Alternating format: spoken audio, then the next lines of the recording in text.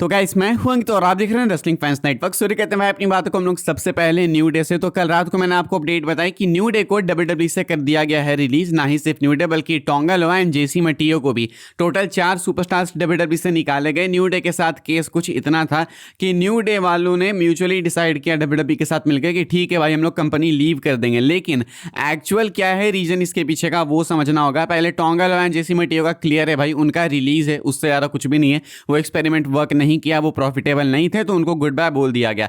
लेकिन when it comes to Kofi Kingston and Xavier Woods things get very complicated because दोनों आज से नहीं है डब्ल्यूडब्ल्यूई में एंड ऐसा भी नहीं कि फ्लॉप सुपरस्टार्स हैं। कहानी यह है, अपडेट का ये कहना है कि इन्होंने पिछले साल ही एक डील डब्ल्यूडब्ल्यूई के साथ साइन की थी, वो भी एक 7 फिगर डील यानी कि $1 मिलियन डील। इसके बावजूद टीकेओ वालों ने इनको अभी बोला कि आप अपनी डील को रीस्ट्रक्चर करो, यानी कि आपने जो डील साइन की है उसको हम लोग वापस से रीनेगोशिएट करेंगे। मतलब ऑलरेडी कॉन्ट्रैक्ट साइन करने के बाद इनको कहा जा रहा है कि यार आपने जो कॉन्ट्रैक्ट साइन किया था हम उसको फिर से जो है एडिट करना चाहते हैं एंड वो कॉन्ट्रैक्ट नहीं रखना चाहते हैं। एंड ऑब्वियसली बात है कि एडिट करके चेंज करके इंप्रूव तो कुछ नहीं करना चाहते होंगे भाई। ऐसा तो नहीं है कि वो पेमेंट इंक्रीज करना चाहते होंगे या फिर कुछ इनके बेनिफिट में करना चाहते होंगे, अपने ही बेनिफिट में करना चाहते होंगे। न्यू डे वाले इस चीज से अग्री नहीं थे, इसीलिए इन दोनों पार्टीज के बीच में एक मेजर कॉन्फ्लिक्ट आया एंड इस कारण से न्यू डे ने डिसाइड किया कि नहीं भाई हम तो देखो कॉन्ट्रैक्ट को ऐसे चेंज वेंज करेंगे नहीं, निकालना है तो निकाल दो। तो टीके वालों ने बोला ठीक है फिर गुड बाय। तो यहाँ पे यही चीज बहुत ही अजीब लगती है कि आपने जब डील साइन कर ली, कॉन्ट्रैक्ट का मतलब क्या होता है ना कि आप एक तरीके से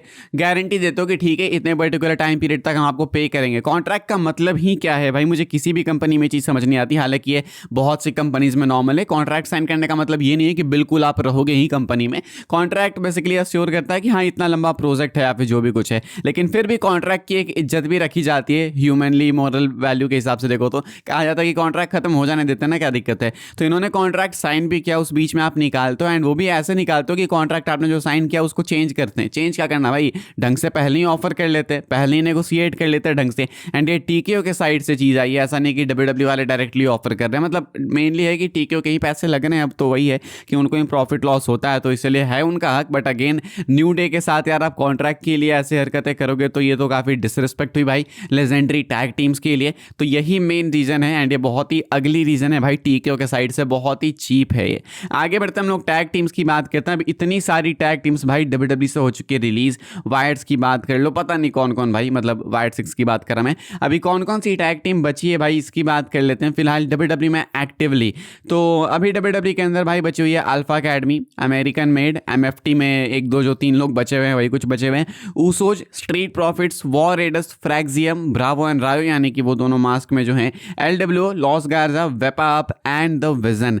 इसके अलावा प्रेटी डेडली भी है। तो फिलहाल ये कुछ मान के चलो 4 5 6 7 8 9 10 11 ये कुछ 13 14 तो मान लो कि टीम्स बची हुई है। एंड एक टाइम पे डब्ल्यूडब्ल्यूई के अंदर भाई इतनी सारी टैग टीम्स थी कि पूछो मत। एंड ये धीरे धीरे करके रिलीज किया जा रहा है। आई एम जेन्युइनली वंडरिंग कि कहीं ये लोग टैग टीम डिवीजन ही ना खत्म कर दे एक पॉइंट पे जाके। लेकिन इतनी कम टैग टीम है, अगर तुम मान लो एक पॉइंट पे आगे रिलीज करते करते 5 6 पे तो सेमी फ्यूड्स वापस से कंटिन्यू होते रहेंगी। तो ये तो एक जेन्युइन कंसर्न है कि आप टैग टीम्स को ऐसे फायर करते जाओगे तो। एंड मुझे फुल बिलीव है कि अभी भाई इनमें से भी कुछ टैग टीम्स फायर होंगी आने वाले साइकिल्स में, और भी लोग फायर होंगे। तो कहाँ जाएगी फिर ये कंपनी टैग टीम डिवीजन के मामले में? एक बहुत ही लेजिट क्वेश्चन है। आप लोग क्या सोचते हैं भाई इस चीज़ के ऊपर, लिख के बताना मुझे कॉमेंट्स में। हम लोग बात करते हैं भाई लोग रोमन रेंस की। रोमन रेंस को मंडे नाइट रॉ के लिए एडवर्टाइज किया गया था भाई, जून में भी फुल एडवर्टाइज किया गया था रोमन का। एंड मैं आपको पहले भी अपडेट बता चुका हूँ, लेकिन अभी इंटरनेट पर बहुत जोर से ऐसे सर्फेस होने लगी है तो फोमो ना हो आपको भी मुझे भी, इसलिए मैं आपको वापस से बता देता हूँ। कहा जा रहा है कि रोमन रेंस जो है वो जून के लिए एडवर्टाइज किए गए थे मंडे नाइट रॉ के एपिसोड्स के लिए, अब वहां से उनको रिमूव कर दिया गया है, यानी कि रोमन रेंस जून के एपिसोड्स में नहीं होने वाले हैं ऐसा कहा जा रहा है। लेकिन कॉमन सेंस लगाओ, डब्ल्यूडब्ल्यूई ने बस रिमूव इसीलिए किया है क्योंकि पहले से गारंटी नहीं देना चाहते हैं कि रोमन किस किस डेट पे आएंगे। रोमन ने पहले खुद को फुल टाइमर बोला तो वो 100% अपीयर तो होंगे शो में। एंड नाइट ऑफ चैंपियंस के लिए रोमन कंफर्म भी है। तो नाइट ऑफ चैंपियंस में ऐसा तो नहीं कि सीधा टपक जाएंगे भाई, सीधा वहीं पे मैच होगा, वहां के लिए बिल्ड करना होगा कुछ तो एक आधे एपिसोड्स में तो आना ही होगा। तो रिमूव करने का मतलब ये नहीं है कि रोमन बिल्कुल जून में दिखेंगे ही नहीं, वो बाद में ऐड किए जाएंगे। अभी पहले से डब्ल्यूडब्ल्यूई वाले कुछ प्रॉमिस नहीं करना चाहते हैं जून को लेके, ये कुछ है बेसिकली कहानी। ऑब्वियस ही बात है नाइट ऑफ चैंपियंस में कंपीट करेंगे तो सीधा थोड़ी ना वहां पे लैंड हो जाएंगे भाई, अपोनेंट आ जाएगा। रोमन को बिल्ड करना होगा, कुछ तो करना होगा, 1-2 एपिसोड्स में तो आना ही होगा। तो इसीलिए जून के लिए ऐसे ज़्यादा टेंशन लेने की बात नहीं है, बस अभी के लिए टेम्पररी रोमन को रिमूव किया गया है। आगे बढ़ते हम लोग बात करते हैं भाई अपनी अगली अपडेट के बारे में। एंड अभी और भी WWE सुपरस्टार्स एक्सपेक्टेड है कि रिलीज किए जाएंगे, एग्जैक्ट डेट वगैरह नहीं पता। नॉर्मली ये लोग फ्राइडे को करते हैं, ब्लैक फ्राइडे कहा जाता है। पिछले फ्राइडे भी रिलीजेस हुए थे भाई, एंड इधर भी सेम हमें देखने को मिला। काफी सारे सुपरस्टार्स इधर भी निकले, उधर तो पता नहीं कितने निकल गए थे, 2 दर्जन निकल गए थे। एंड WWE वाले अभी शायद इस साइकिल को कंटिन्यू करने वाले, नॉट श्योर कि एग्जैक्टली अगले हफ्ते भी करेंगे या फिर क्या, लेकिन इतना तो बिलीव है कि कुछ टाइम बाद फिर से रिलीजेस होंगे। एंड ऐसे में भाई काफी सारे नेम्स है जो कि रेडार में दिखते हैं। Grayson Waller, war raiders, Pete Dunne, Tyler Bate, Johnny Gargano, Candice LeRae, Los Garza, Tozawa, Otis, Fraxiom, Creeds, Joaquin, Wilde, पता नहीं भाई कितने कितने नेम्स लोगों ने डाल रखे हैं। ये सब एक्सपेक्टेड है कि एक एक करके WWE से निकलेंगे। जॉनी गागेनो का तो मैं काफ़ी श्योर हूँ भाई, मुझे लगता है कि ये जाने वाले हैं। एंड इनको छोड़ो, इनके अलावा मुझे शिंसुके नाकामुरा का भी लगता है। एंड इसके अलावा मुझे उन दोनों का भी लगता है, टामा टोंगा एंड टाला टोंगा का, यानी हिको लियो का। टामा टोंगा का इसलिए बिकॉज WWE ने पहले भी उनको फाइन करके रखा है, तो मुझे लगता है कि वहाँ वो भी कुछ ना कुछ इन्फ्लुएंस करेगा। एंड टाला टोंगा एनीवेज कोई बहुत मेजर हेल्प है नहीं, वो प्रॉफिट कर नहीं रहे, तो वो भी आपको अचानक से ही गायब होते हुए देखने को मिलेंगे। तो यही है कुछ कहानी भाई, ये सारे सुपरस्टार्स आपको कुछ I hope not but release होते हुए देखने को मिल सकते हैं आने वाले साइकिल्स में। आगे बढ़ते हम लोग बात करते हैं अपनी आखिरी अपडेट के बारे में, जो कि टेड डिबियासी को लेके। रेसलमेनिया के लिए बहुत ज़्यादा टेड डिबियासी रूमर थे भाई कि टेड डिबियासी आएगा, टेड डिबियासी आएगा, ये वो होगा, लेकिन टेड डिबियासी आया नहीं। WWE ने क्या इनको कंसिडर किया था, मैं आपको बता दूं भाई, WWE ने इनको कंसिडर भी नहीं किया था।